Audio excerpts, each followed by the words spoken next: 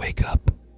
Ever find yourself in a tug of war with your own thoughts, battling against unseen demons? They start small, but as time goes on, they grow until they're practically running the show. So let's uncover 8 of the baddest demons that love to mess with your head. Meet the demon of self-sabotage, your not-so-friendly inner trickster who loves to throw a wrench in your plans. Picture this. You're on the brink of success, ready to conquer the world, but just when you're about to take that leap, this sneaky demon swoops in and whispers, "Are you sure you're good enough? Maybe you should just play it safe." This demon thrives on doubt and fear, convincing you to hold back and settle for less than you deserve. It's like having a little voice in your head that says, "Why bother trying when you'll probably fail anyway?" The more you give in to its whispers of doubt and fear, the stronger it becomes. As days turn into weeks and weeks into months, this demon digs its roots deeper into your subconscious, intertwining itself with your sense of self-worth and confidence. Now, let's shine a spotlight on another formidable foe, the demon of perfectionism. This sneaky demon is like that overbearing parent who's never satisfied with anything less than perfection. It's the voice in your head that says, "If it's not flawless, it's not worth doing." Picture this. You're working on a project, pouring your heart and soul into every detail. But no matter how hard you try, it never seems good enough. You obsess over every imperfection, driving yourself to exhaustion in pursuit of an unattainable ideal. At first, perfectionism might seem like a noble pursuit. After all, who doesn't want to do their best? But here's the thing. Perfectionism isn't about excellence. It's about fear. It's the fear of failure, the fear of judgment, and the fear of not measuring up. And like the demon of self-sabotage, perfectionism grows over time. It starts small, maybe as a desire to do well in school or impress others, but as you feed into its demands for flawlessness, it becomes a relentless taskmaster, never satisfied no matter how much you achieve. Before you know it, perfectionism has taken over your life, dictating your every move and robbing you of joy and spontaneity. Let's turn our attention to the insidious demon of regret, a shadowy figure that haunts the corridors of your mind, whispering tales of missed opportunities and wrong turns taken. It's that nagging voice that replays past mistakes on an endless loop, casting a pall over your present and future. Imagine this. You're lying awake at night, haunted by the ghosts of decisions gone wrong. You find yourself asking, what if I had chosen differently? What if I had taken that chance or spoken up when I had the chance? Regret is like a heavy anchor, weighing you down with the burden of what could have been. It's easy to look back on your past with a critical eye, lamenting the paths not taken and the opportunities squandered. But here's the thing about regret. It's a thief of joy and a saboteur of peace. It's a vicious cycle. You regret your choices, which leads to feelings of guilt and shame, which in turn fuels even more regret.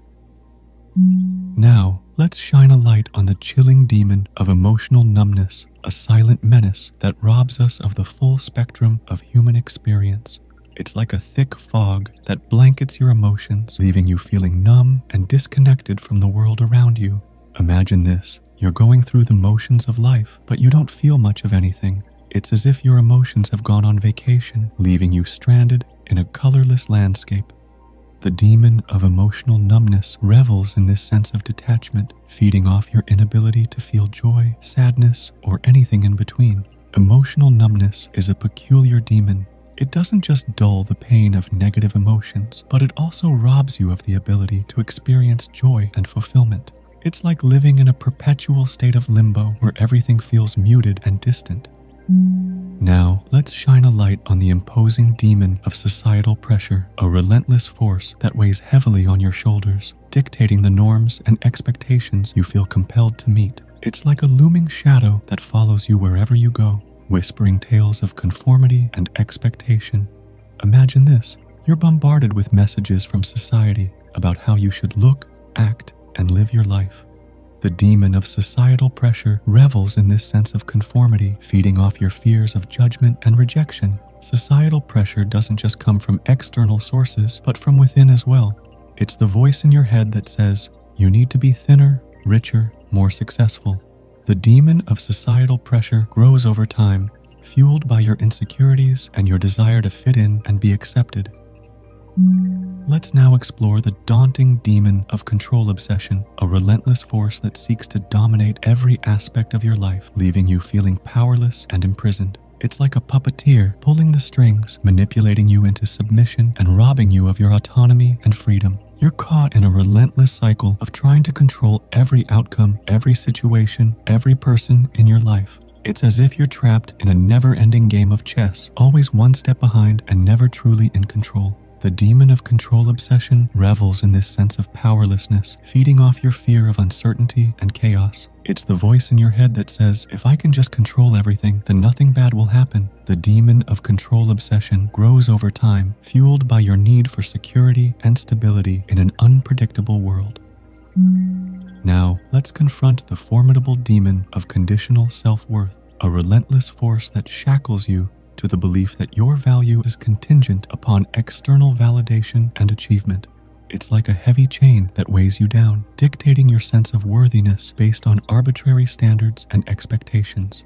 Picture this. You're constantly striving to meet the expectations of others, seeking validation and approval at every turn. It's as if your worth as a person is determined by your accomplishments, your appearance, or the opinions of those around you. The demon of conditional self-worth revels in this perpetual cycle of striving and seeking, feeding off your insecurities and amplifying your fears of inadequacy. It's the voice in your head that says, if only I were smarter, more successful, then maybe I would be worthy of love. The demon of conditional self-worth grows over time, fueled by your relentless pursuit of perfection and your fear of rejection.